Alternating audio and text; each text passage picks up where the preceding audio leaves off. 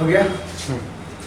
देखो Newton second law का, Newton second law नहीं, न्यूटन्स लॉ ऑफ मोशन और फोर्स दोनों का आज क्विक रिवीजन करते हैं। आज ये चांस रखते हैं कि पूरा पूरा आधे घंटा में ख़त्म हो जाए, लेकिन चांस ऐसा है कि नहीं होगा, लेकिन मैक्सिमम चांस लगाते हैं कि पूरा पढ़ते हुए पूरा पढ़ ले। ठीक है, जिसमें पढ़ना क्या है, सबसे पहले फोर्स में क्या क्या पढ़ना होगा। तो फोर्स में हम लोग को पढ़ना होता है इफेक्ट ऑफ फोर्स। जैसे कि अगर मान लो कि कोई भी बॉडी अगर चल रही होती है तो उसको रोकने के लिए भी फोर्स चाहिए। अगर कोई वस्तु रुका हुआ है तो उसको चलाने के लिए भी फोर्स चाहिए होता है। ठीक है, तो हमें फोर्स की जरूरत पड़ता है, तो इसी को बोलते हैं इफेक्ट ऑफ फोर्स। फिर सेकेंड आता है बैलेंस एंड अनबैलेंस फोर्स। तो बैलेंस फोर्स हम उसको कहते हैं जिसमें इधर से जितना अमाउंट में फोर्स लगा उतना ही फोर्स अगर लेफ्ट साइड में भी लगे तो उसी को बोलते हैं बैलेंस एंड अनबैलेंस फोर्स। ठीक है, इस केस में क्या हो जाता है कि एक्सेलरेशन जीरो होगा।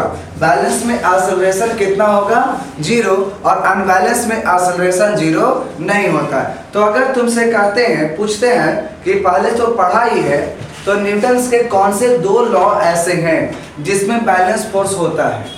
न्यूटन के दो गो ऐसे नियम है, 3 नियम तो टोटल है, जिसमें 2 नियमों में बैलेंस फोर्स होता है। तो फर्स्ट लॉ ऑफ मोशन में और थर्ड में। ठीक है, लेकिन सेकेंड लॉ ऑफ मोशन जो है वो अनबैलेंस के लिए स्पेशल आता है। तभी तो कहते हैं कि जब उसमें अनबैलेंस फोर्स था तब तो उसमें एक्सेलरेशन आया था।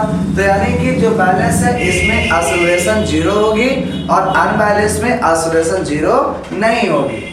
ठीक है, अब उसके बाद आता है न्यूटन का लॉ ऑफ मोशन। जो न्यूटन के लॉ ऑफ मोशन में 3 लॉ ऑफ मोशन होते हैं, जिसमें आता है न्यूटन का फर्स्ट लॉ, न्यूटन का सेकेंड लॉ और न्यूटन का थर्ड लॉ। न्यूटन का फर्स्ट लॉ जो होता है वो इनर्शिया कहलाता है।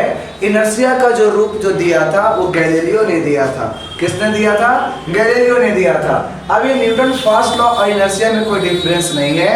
न्यूटन का फर्स्ट लॉ जो होता है, चालू करना है तो माइक बोलेंगे, हाँ ठीक है। देखो न्यूटन का जो फर्स्ट रूल होता है इसमें ये कहा जाता है कि कोई भी ऑब्जेक्ट जैसे है वैसे ही रहना चाहता है। ठीक है, जैसा है वैसे ही रहना चाहता है। कब तक? जब तक कोई उस पर बाहर से कोई फोर्स ना लगे। वही हो गया लॉ इनर्शिया का, सॉरी न्यूटन का फर्स्ट रूल। और यही कहलाता है इनर्शिया। किसी भी बॉडी का अपना प्रॉपर्टीज होता है जिसके वजह से कोई भी बॉडी अपने इनिशियल स्टेट में बना रहना चाहता है, यही होता है इनर्शिया। इनर्शिया का 3 लॉ बताया गया था, inertia in rest, inertia in motion and directional inertia. और आपसे क्वेश्चन पूछते हैं, बताना कि जब हमारे गद्दा समझते हो ना, गद्दा कारपेट वगैरह वो रखा हुआ था, उस पर जब डंडा से बीट करते हैं तो डस्ट पार्टिकल बाहर निकल जाता है। ये बताओ इनर्शिया के किस रूल के वजह से हुआ? इनर्शिया इन रेस्ट या इनर्शिया इन मोशन या डायरेक्शनल इनर्शिया? तो ये हुआ इनर्शिया इन रेस्ट से। कैसे? पहले से बताओ, डस्ट पार्टिकल क्या थे, आराम से गदा के साथ बैठा हुआ था। जैसे उस पर हम बीट किए डंडा से तो डस्ट पार्टिकल नहीं ना मतलब भाग रहा था, वो तो वहीं पर था। भाग कौन रहा था? डंडा। तो डंडा से कोई मतलब नहीं ना। वो जब मारे तो गद्दा क्या हो गया? धंस गया। और बताओ यहाँ पर सोचो ऐसे कि जब यहाँ से ऐसे मान के चल रहे हैं हम लोग, कौन? गद्दा ऐसे था, डस्ट पार्टिकल यहाँ पर मारे तो गद्दा धंस गया और डस्ट पार्टिकल रह गया। लेकिन हवा तो यहाँ पर चल ही रहा है और हवा की वजह से डस्ट पार्टिकल उड़ जाता है। तो ये किसके वजह से हुआ? इनर्शिया इन रेस्ट की वजह से। अब बताओ, कोई भी पैसेंजर अगर गाड़ी में बैठे हुए हैं और अचानक से गाड़ी स्टार्ट हो गई, ठीक है, स्टार्ट हो गई, तो पैसेंजर कहाँ चल जाते हैं? पीछे। ये किसकी वजह से हुआ? तो इनर्शिया इन रेस्ट की वजह से। लेकिन सोचो कि अगर मान लो कि गाड़ी चल रही है और अचानक सडनली वो ब्रेक लगा देता है तो वो जो आपका होगा इनर्शिया इन मोशन से। ठीक है, और जब गाड़ी चल रही होती है सीधा तब तक कोई दिक्कत नहीं, जब टर्न करती है तो पैसेंजर भी खिड़की के तरफ में झुक जाते हैं। ये किसके वजह से? डायरेक्शनल इनर्शिया, यानी इनर्शिया इन डायरेक्शन। तो अब आते हैं न्यूटन का सेकेंड लॉ। ये सब इसी में न्यूटन का ये पूरा है। ठीक है। न्यूटन सेकेंड लॉ में कहता है rate of change of momentum with respect to time is directly proportional to external unbalance force. यानी कि जब हमारे किसी में मोमेंटम में जब चेंजेस आती हैं तो वो किसके डायरेक्टली प्रोपोर्शनल होता है, फोर्स का। और जब मोमेंटम में जब चेंज लाते हैं किसका, जब मोमेंटम में चेंज आता है जी, ये सब पागल लिखे देखो,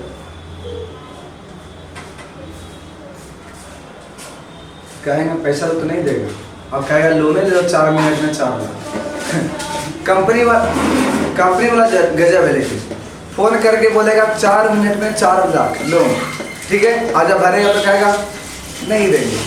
पता यार, देना है तो फोन करके बात करो ना कि हाँ देना है, ऐसा नहीं करेगा, खाली फोन करते रहेगा और खाली कंपनी से बोलवाएगा मशीन द्वारा, अपने से कोई नहीं बोलेगा कि हाँ वहाँ पर आदमी कोई बोल रहा है, ऐसा नहीं करता। चलो, तो न्यूटन सेकेंड लॉ हम आगे भी देखेंगे, ये तो कहानी बता रहे थे। न्यूटन थर्ड लॉ कहता है कि न्यूटन थर्ड लॉ कहता है कि जब कोई भी ऑब्जेक्ट पर एक्शन करेंगे तो वहां से हमको क्या मिल जाएगा, रिएक्शन। वही क्या होगा, न्यूटन का थर्ड लॉ। और जब हमारा नेट फोर्स 0 हो जाए तो उसी केस में मोमेंटम कंजर्व होगी, तो वो आपका किसके अंतर्गत आता है, न्यूटन का third law.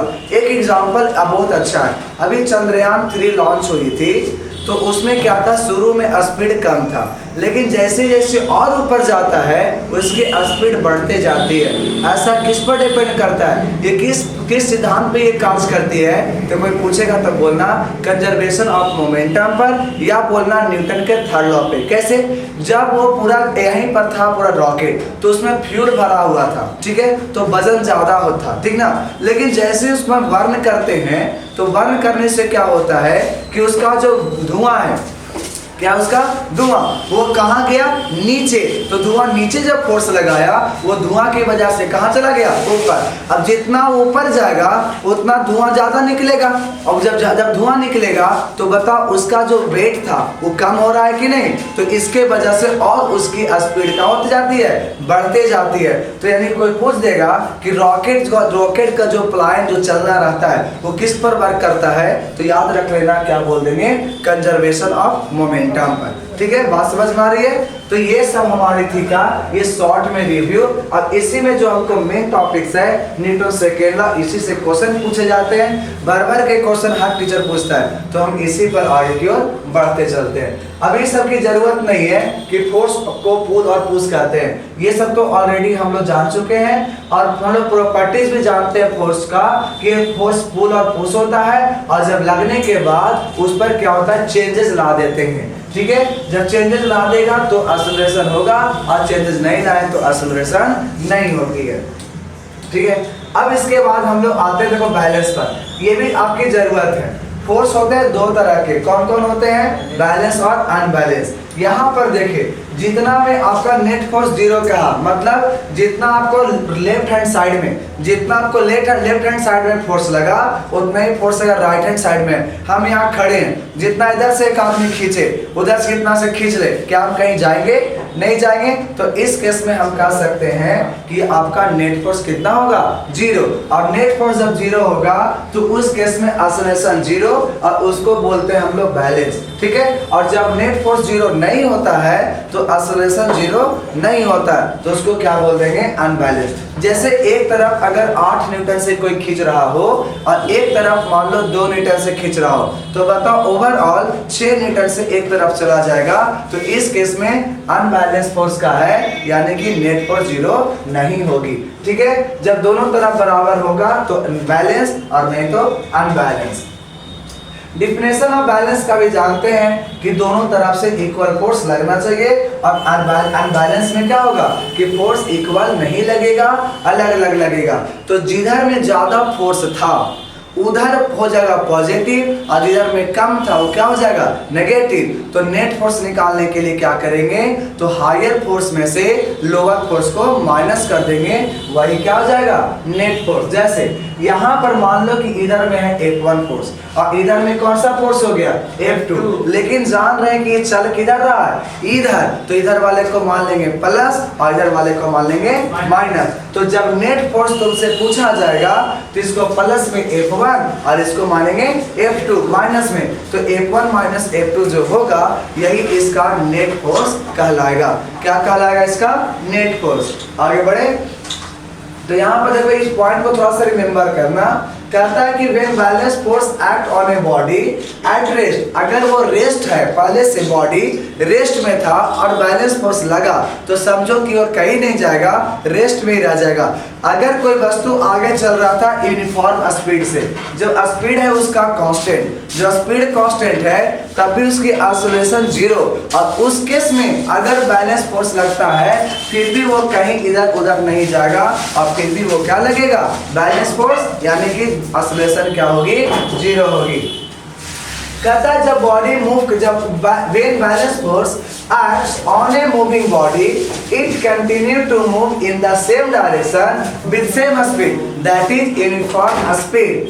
In other words, no net external force required to move an object with constant velocity. अगर कह रहा है कि कोई वस्तु अगर यूनिफॉर्म स्पीड से आगे बढ़ रहा था सेम डायरेक्शन में, तो उसकी कोई जरूरत नहीं है कि उस पर कोई नया फोर्स लगाए और यूनिफॉर्म स्पीड से चले, क्योंकि अगर फोर्स लगा देंगे तो उसकी स्पीड में चेंजेस आ जाएगा, और जब स्पीड में चेंज आ जाएगा तो समझ लेते हैं कि वो क्या हो जाता है अनबैलेंस फोर्स, और अनबैलेंस फोर्स होगा तो आपका न्यूटन का सेकेंड लॉ आ जाएगा, और अभी तक न्यूटन का फर्स्ट रूल था, क्योंकि उस पर कोई बैलेंस फोर्स अनबैलेंस फोर्स नहीं लगा। कहता है when unbalance force act on a body at rest, जब कोई वस्तु रुका हुआ था और उस पर अब फोर्स क्या लगाया गया अनबैलेंस लगाया गया, तब it being to move in the direction of unbalance force, तब कहता है कोई रुका हुआ था और बैलेंस फोर्स अनबैलेंस लगा, क्या लगा अनबैलेंस, तो जिधर में अनबैलेंस फोर्स लगा उधर ही में वो मूव करना शुरुआत कर देता है। ये किस में ऐसा होता है जब कोई वस्तु रुका हुआ था तब। अगर कोई वस्तु रुका हुआ नहीं चल भी रहा होता है और उसमें अगर अनबैलेंस फोर्स लगा दिए तब भी उसमें चेंजेस आ जाएंगे। जैसे एक बात सोचो, जब कोई सर्कुलर मोशन में चलता है, किस में चलता है सर्कुलर मोशन में, तो उसकी स्पीड तो होता है टेंजेंट की ओर, तो जाना चाहिए था उधर, लेकिन बार बार वो घूमता क्यों है, क्योंकि उसको सेंटर की तरफ एक फोर्स लगता है जिस फोर्स का नाम सेंट्रीपिटल फोर्स होता है। वही फोर्स क्या करता है, उसको इधर जा रहा था उधर खींचेगा, तो थोड़ा थोड़ा खींचते खींचते क्या करता है उसको गोल गोल घुमा देता है। ठीक है, तो इस पर भी कौन सा फोर्स लग रहा था अनबैलेंस फोर्स। तो फोर्स लगने से तीन तरह के चेंजेस हो सकते हैं। पहला, या तो उसके मैग्नीट्यूड में चेंज हो जाए, यानी या तो उसका स्पीड बढ़ जाएगा या स्पीड घट जाएगा, ये हो गया किसमें चेंज स्पीड में, यानी ठीक है मैग्नीट्यूड में। और दूसरा चेंजेस आ सकता है डायरेक्शन में, यानी कि जब जा रहा था सीधा फोर्स लगा तो हो गया तिरछा। जैसे कोई वस्तु जा रहा था इधर और गाड़ी एक इधर से टक्कर मार दिया तो लगता है कि सीधे जाएगा, क्या हो जाएगा घूम जाएगा ना, तो बताओ घूम जाएगा, इसका मतलब क्या हो गया कि यहाँ पर फोर्स अनबैलेंस लगने से उसके डायरेक्शन में भी चेंजेस आ जाती है। थर्ड केस में ऐसा हो सकता है कि दोनों चीज, जैसे गाड़ी में जब टक्कर लगी तो बताओ जा रहा था स्पीड से बेचारा रुक गया, जा रहा था सीधा और उधर क्या हो गया डायरेक्शन इधर घूम गया। तो डायरेक्शन के साथ साथ मैग्नीट्यूड में भी चेंजेस आ सकता है। कब, जब हम लोग अनबैलेंस फोर्स लगाते हैं तब ऐसे सिचुएशन हो जाती है। तो जब कहता है अनबैलेंस फोर्स एक्ट करता है मूविंग बॉडी पे, तब वेलोसिटी क्या कर जाती है उसकी चेंज। वेलोसिटी होती है वेक्टर क्वांटिटी, तो vector have both quantities magnitude and direction, so velocity change means direction change और मैग्नीट्यूड चेंज और both magnitude and direction change. यानी वेक्टर चेंज तीन तरीके से, सिर्फ मैग्नीट्यूड चेंज होगा तब भी, डायरेक्शन चेंज होगा तब भी, या फिर दोनों चेंज होगा तब भी। तो जब वेलोसिटी चेंज कर जाएगा इसका मतलब है unbalance force acting on a body accelerate कर देगा। क्या कर देगा एक्सेलरेट, या तो रिटार्ड, रिटार्ड का मतलब रोक देना। जैसे अब मान लो कि ब्रेक लगा देता है गाड़ी पर, तो ब्रेक लगाए तो फ्रिक्शन फोर्स लगना शुरू कर दिया उल्टा। अब उल्टा लगेगा तो क्या लगता है उसको बढ़े देगा नहीं ना, रोक देगा ना, तो इसका मतलब रिटार्ड कर गया। जब कोई स्पीड से हाई स्पीड से लो स्पीड में आने लगे तो समझ लो वहां पर रिटार्डेशन हो रहा है। और जब कोई लो स्पीड से हाई स्पीड की ओर बढ़ने लगे तो उसको बोलो एक्सेलरेट हो रहा है। कोई दिक्कत? अब हम रुके हुए हैं, कोई आपको जैसे हवा चला इतना के मुड़ी आ गए तो समझ लो कि क्या हो गया, एक्सेलरेशन के डीएक्सेलरेशन। गधा, हम रुकल थे, अब आया तो मुड़ गए तो क्या हो गया, हमारी स्पीड बढ़ी की घटी? बढ़ी, तो ये क्या कहलाएगा, एक्सेलरेशन। लेकिन यही अगर हम पूरा मोटा होते और चल रहे थे और लेकिन वो रोक रहा है, वो क्या कर रहा है, रोक रहा है, तो हमारी स्पीड क्या हो गई, घट गई, और घटा तो क्या हो गया, रिटर्न। लेकिन बता मोटा नहीं होंगे। चलो आगे बढ़ो, अब बढ़ेंगे तो बता एक्सेलरेशन के डीएक्सेलरेशन, एक्सेलरेशन। तो सोचो हम पॉजिटिव वाला है ना, डीएक्सेलरेशन नेगेटिव वाला होता है, तो हमारा हमेशा पॉजिटिव एनर्जी है, नेगेटिव एनर्जी नहीं है। तो अब तुम बताओ एकदम मोटा तगड़ा होकर क्या कर लिया, बताओ खत्म। तो आगे छोड़ो, नहीं बोलेंगे। तुम्हारा तो इतना ज्यादा तुम हो गया कि तुमको खेल से निकाल दिया गया। याद करो, बास्केटबॉल छोड़ो, एक बात करो, कोई गोला फेंके कबड्डी होना था, जिसमें कबड्डी एक बार होना था, इसमें तुमको निकाल दिया गया था, खाली किस वजह से, 65 किलो से ज्यादा हो गया था। उसको रखना था 65 किलो से कम, 55 था, 65 था, और 65 से भी ज्यादा था, जिसके वजह से उसको निकाल दिया था। तो इतना मोटा होने से क्या फायदा जब हमको वहां पर सिलेक्ट नहीं करेगा। चलो अब देखो, हाँ अब ये सब समझो, एब्सोल्यूट यूनिट समझ लेना। डायमेंशन तुम्हारी अभी नहीं पढ़ना, इसे नहीं बता रहे। ऐसे फोर्स का डायमेंशन m/t-2 होता है, ऐसे आप लोगों को पढ़ाया गया। लेकिन हम तो क्विक रिवीजन पे चल रहे हैं, तो आपके एग्जाम में पूछे नहीं जाएंगे, इसलिए इस पर मैं फोकस नहीं कर रहा हूँ। ठीक है, एब्सोल्यूट यूनिट पूछे जा सकते हैं। SI unit of force is newton, but CGS unit of force is dyne. 1 newton is equal to 10⁵ dyne. Okay, आगे बढ़ते हैं। ग्रेविटेशनल यूनिट जो तुम्हारा है केजीएफ, क्या रहेगा, केजीएफ। अब ये मत समझना केजीएफ उनका कौन वाला, केजीएफ रॉकी वाला है ना, वो केजीएफ नहीं है। यहाँ पर याद रखना, अगर 1 केजीएफ रहे तो समझ लो कि तुम्हें न्यूटन में बदलने के लिए सिर्फ तुम्हें स्मॉल जी से मल्टीप्लाई करनी होगी। ठीक है, यानी केजीएफ आपका क्या दिया, तो एक तरह से वेट दिया। क्या दिया, वेट दिया। और वेट को अगर हम लोग क्या करते हैं, वेट को न्यूटन बदलते हैं तो जी से मल्टीप्लाई करते हैं ना, तो इसीलिए तुम्हारा 9.8 से मल्टीप्लाई कर देंगे केजीएफ में, तो हमको कितना हो जाएगा न्यूटन में। जैसे मान लो कि 10 केजीएफ दिए तो कितना न्यूटन होगा, कौन बता सकते हो? 10 केजीएफ है तो कितना न्यूटन होगा, तो 10 केजीएफ है ना, तो 10 मल्टीप्लाई बाई 9.8, तो पॉइंट से 0 खत्म, 98 न्यूटन आ जाएगा। किसके बराबर, 10 केजीएफ बराबर 1 केजीएफ बराबर कितना, 9.8 न्यूटन। 1 kgf बराबर 9.8 न्यूटन, तो 10 kgf बराबर 10 into 9.8 Newton, that is 98 Newton. ठीक है, 98। अब आता है इनर्शिया। इनर्शिया भी हमने बताया कि इनर्शिया तो क्या है, जैसा स्थिति में रहना चाहता है उसी स्थिति में रहना चाहता ही है, उसको कहते हैं इनर्शिया। जैसे देखो यहाँ पर ये क्या रखा गया, इस पर कॉइन, किस पर, ये वाला पेपर पर। पेपर को इसने क्या किया, मारा अचानक से मारा हॉरिजॉन्टली, ऊपर ऐसे मार देगा ना तो ये पैसा उड़ जाएगा। तो उड़ाना नहीं है, इसको क्या करना है, हॉरिजॉन्टली इस पर मारेंगे। जैसे स्ट्राइकर से हम लोग क्या करते हैं, कैरम बोर्ड पर खेलते हैं, ठीक है, नीचे ग्लास है, अब मार देंगे तो ये वाला सीधा बाहर भाग जाएगा और ये वाला क्या होगा, ये कॉइन नीचे गिर जाएगा। जैसे देखो, जैसे इसको मारा तो ये वाला पेपर तो चला गया और ये वाला कॉइन कहाँ गिर गया, नीचे ग्लास में गिर गया। तो ये किसके वजह से हुआ, तो हम बोलेंगे इनर्शिया इन रेस्ट की वजह से। क्यों, ये बेचारा आराम फरमा रहा था किसको पर, पेपर पर, कि हम तो पेपर पर बैठे और ये क्या किया, अचानक से मार दिया तो ये तो उड़ गया। लेकिन ये इनर्शिया इन रेस्ट की वजह से चाहा कि हम ज्यों का त्यों रुके रहें, बैठे रहें, और ये बेचारा बैठ गया कहाँ, ग्लास के पेंदी में। ठीक है, आगे बढ़ते हैं। तो ये तुम्हारा क्या था, इनर्शिया इन रेस्ट का। इनर्शियल मोशन का भी वही बताए कि अगर मान लो कोई वस्तु अगर चल रहा होता है अचानक से रुक जाए तो आगे की ओर झुक जाता है, किसके वजह से? इनर्शियल मोशन की वजह से। चलती बस से अगर कोई आदमी कूदता है तो गिर जाता है, ठीक है, और गिर जाता है, क्यों गिरता है? इनर्शियल मोशन की वजह से। अगर वो कूदे और कूदने के बाद अगर बस के स्पीड से दौड़ना शुरू कर दे तो वो क्या गिरेगा? क्या नहीं गिरेगा? तो तुम लोग अगर कभी भी जल्दीबाजी में अगर ऐसा कर रहे हो तो जानबूझ करके कूद के बस दिमाग मत लगाना, ऐसे कूद करके उसके तरफ क्या करना?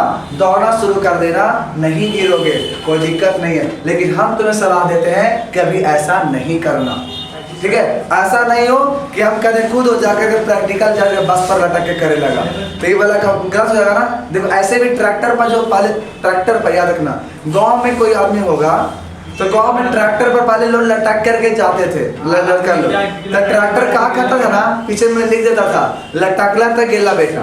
काहे लिखा?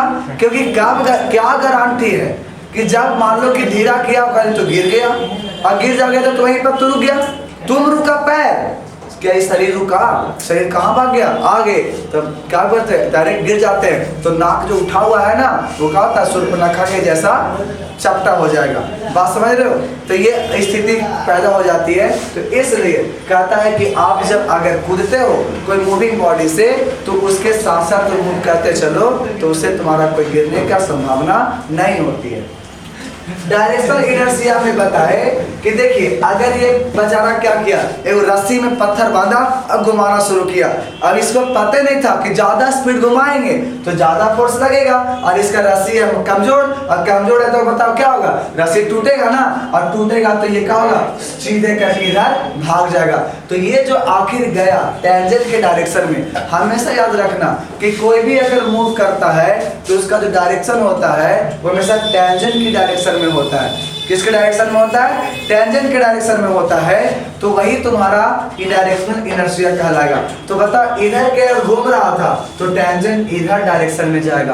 बात समझा? जैसे मान लो ये पंखा ऊपर में अगर चल रही है और चलते चलते मान लो खुल गई, तो खुलने के बाद क्या मेरे नीचे गिरेगा?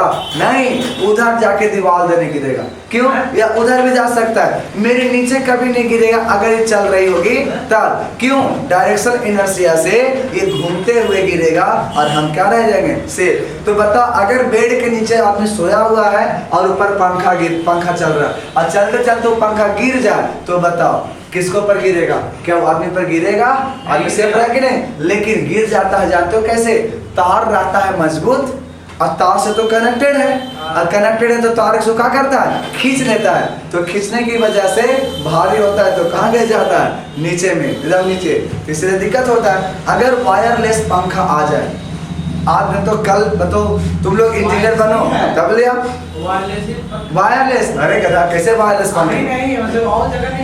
नहीं है अभी, क्योंकि करंट उसमें देना पड़ेगा ना, करंट देना पड़ेगा। अगर तुम ऐसा करो, इंजीनियर बनो और वायरलेस पंखा लाओ, तो वो जब अगर गिरेगा ना तो वो नहीं गिरेगा नीचे, कहाँ गिरेगा?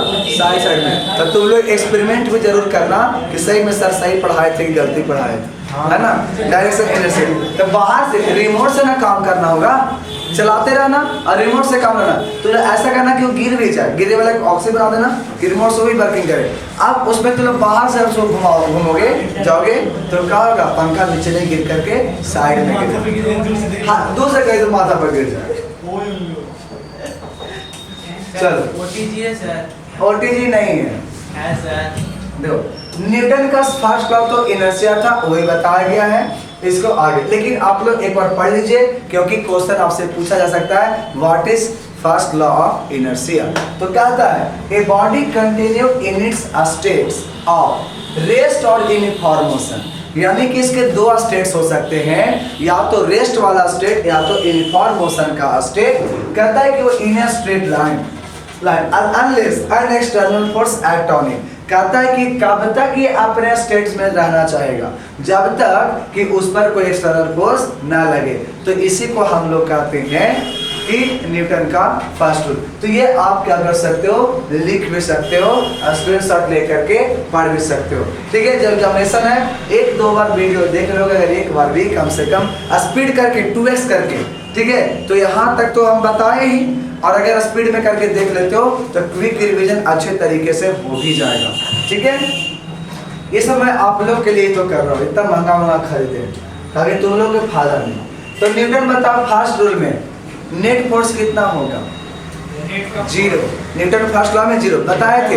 बैलेंस आपका दो केस है, न्यूटन का फर्स्ट रूल और न्यूटन का थर्ड रूल। सिर्फ अनबैलेंस कौन सा केस में? न्यूटन का सेकेंड रूल में। ठीक है, तो यहाँ पर आपका नेट फोर्स जीरो, यानी ये दिया गया सिग्मा। सिग्मा का मतलब होता है सम, सम का मतलब नेट। टोटल फोर्स को जोड़ेंगे तो कितना मिल जाएगा? जीरो। ठीक है, आगे चलते हैं।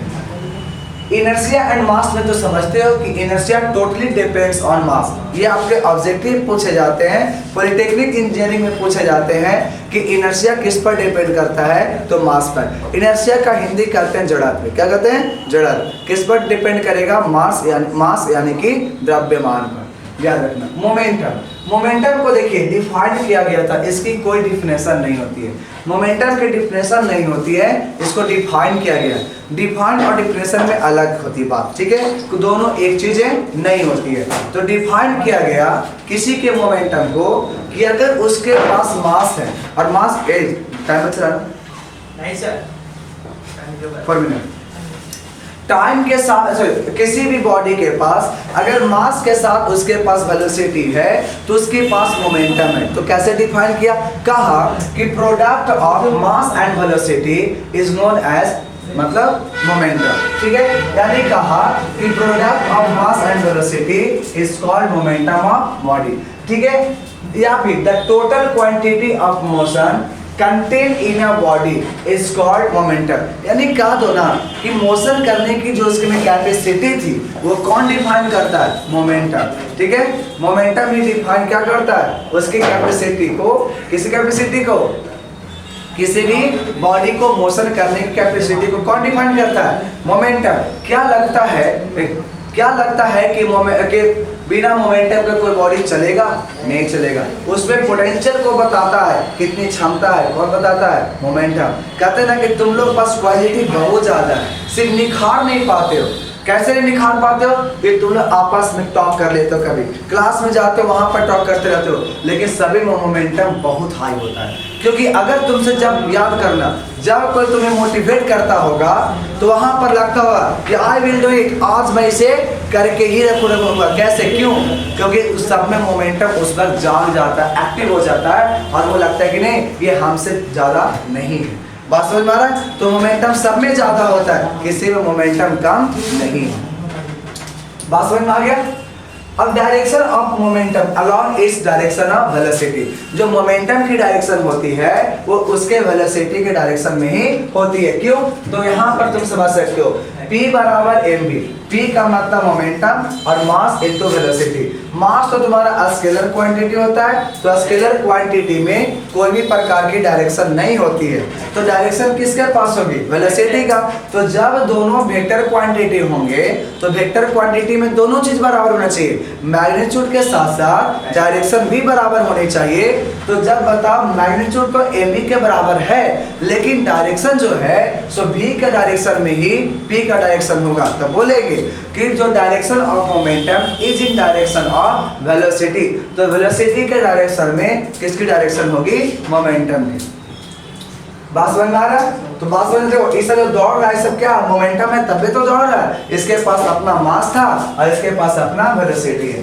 कंक्लूजन में क्या मिलता है कि momentum the moving body is proportional. Proportional मतलब डायरेक्टली प्रोपोर्शनल। किसके? तो मास ऑफ बॉडी। कैसे याद रखेंगे? तो P बराबर mv, तो मास के डायरेक्टली प्रोपोर्शनल और वेलोसिटी के डायरेक्टली प्रोपोर्शनल। देखना ना तो फिर हम बोलते रहे और वीडियो वहां पर पॉज हो जाए।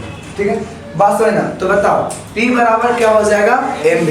तो ये वाले बात को हम लोग याद रखेंगे। इसकी यूनिट की बात करोगे तो होगा किलोग्राम मीटर पर सेकेंड। किलोग्राम आ गया मास के लिए और वेलोसिटी का होता है मीटर पर सेकेंड, तो इसका हो गया ऐसा यूनिट किलोग्राम मीटर पर सेकेंड। कोई दिक्कत? आगे बढ़ते हैं।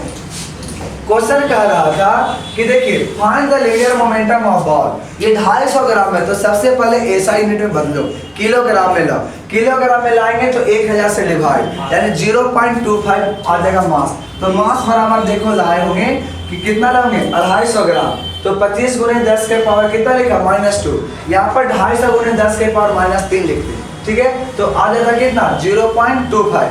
8 बता 72 किलोमीटर पर आवर। इसको 5/18 से, जब 5/18 करेंगे, 18 से कटेगा 72 4 बार में, तो 5 4 जा 20 मीटर पर सेकेंड और 0.25। अब बताओ 25 दूना 50, तो 30 सेकंड 5 किलोमीटर पर सेकेंड आ जाएगा क्या चीज, उसकी मोमेंटम। तो एक काम करते हैं, Newton second law next video में आज ही पढ़ लेते हैं, ठीक है। बात समझ में आई? तो यहाँ तक अभी रहने दें क्योंकि वीडियो समाप्त होने वाला है। ओके, कंप्लीट हो गया। देखो अब इसको मैं सपोर्ट करते रहो, आगे क्यों करना, बस लाइक सब्सक्राइब